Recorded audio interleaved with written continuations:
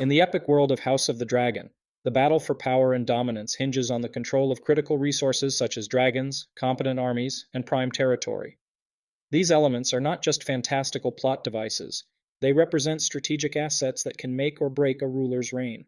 To fully grasp their importance, we can turn to strategic management theory, specifically the resource-based view. This theoretical perspective helps explain why certain resources provide a sustainable competitive advantage. The resource-based view of strategic management posits that a firm's, or in this case, a ruler's sustainable competitive advantage is derived from its ability to acquire and control resources that meet four key criteria. They must be valuable, rare, inimitable, and non-substitutable, also known by the acronym VRIN. For those unfamiliar with the concept, resources must provide value by enabling the firm to exploit opportunities or neutralize threats. They must be scarce relative to demand, making them unique. Resources must be difficult to replicate, ensuring that competitors cannot easily duplicate them. Lastly, they cannot be replaced by other resources that provide similar value. In strategic management, the difference between temporary and sustainable competitive advantage is crucial. A temporary competitive advantage is one that competitors can quickly imitate or substitute, thus eroding the initial advantage. In contrast, a sustainable competitive advantage persists over time because it is protected by barriers to imitation and substitution. The VRIN framework helps in identifying resources that can lead to sustainable competitive advantage by ensuring that they are not only valuable but also rare, inimitable, and non-substitutable. Next, let's take a look at three of the key resources available to rulers in House of the Dragon: dragons, armies, and territories. Dragons in House of the Dragon exemplify the VRIN attributes perfectly. They are immensely valuable due to their overwhelming power and ability to decisively influence battles and deter enemies. Their rarity makes them highly coveted, and the knowledge required to breed, train, and control dragons is restricted to specific lineages, making them inimitable. No other resource can match the sheer destructive capability and psychological impact of dragons, rendering them non-substitutable. Armies are vital for the defense and expansion of territories. A highly trained, disciplined, and loyal army provides substantial value by ensuring security and enforcing the ruler's will.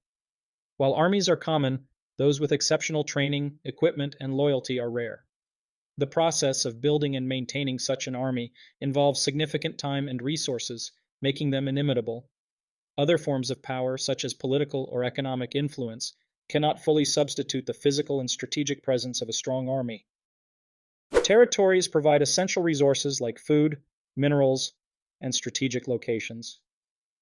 Control over prime territories can significantly enhance a kingdom's or organization's ability to sustain itself and grow, making them valuable. Prime territories with rich resources or advantageous geographic features are limited and thus rare. The unique benefits derived from specific territories, such as geographic advantages, cannot be replicated elsewhere, making them inimitable. As such, control over key territories often cannot be substituted by other resources.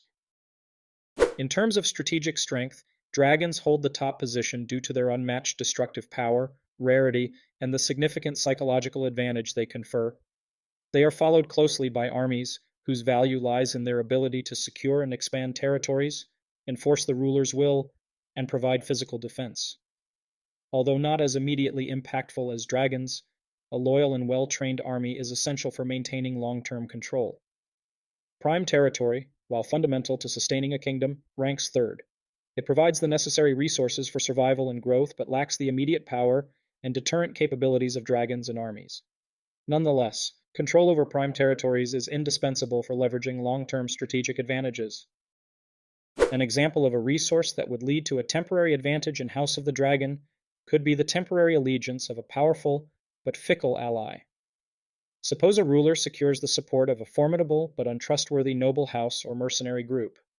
Initially, this alliance provides a significant boost to the ruler's military strength, enabling victories in battles or the swift capture of strategic locations. However, because the loyalty of this ally is uncertain and can be easily swayed by better offers from rivals, the advantage it provides is temporary. This temporary ally provides value by enhancing military strength and rarity if the ally is powerful and not commonly available to others. However, the alliance fails to be inimitable, as competitors can potentially offer better incentives to gain the ally's loyalty. It also fails to be non-substitutable, as the Allies' support can be replaced by other military resources or alliances. From the perspective of the resource-based view, controlling resources such as dragons, armies, and territory offers a substantial strategic advantage. These resources meet the VRIN criteria, making them crucial for establishing and maintaining power. Effective management and utilization of these resources provide a sustainable competitive advantage, enabling long-term success and dominance in their respective domains. Understanding the strategic importance of these resources highlights the need for organizations and leaders to focus on acquiring and protecting their VRIN assets. In conclusion, the strategic management of dragons, armies, and territories underscores the essence of the resource-based view, emphasizing the necessity of valuable, rare, inimitable, and non-substitutable resources in achieving and sustaining competitive advantage. Do you agree with the significance of these resources in gaining and maintaining power? Moreover, do you agree with the ranking of the three resources? How do you see these principles applying to real-world strategic management? Share your thoughts and join the discussion. This is Dr. Dag, inviting you to like, subscribe, and comment on future topics. Have a fantastic day ahead.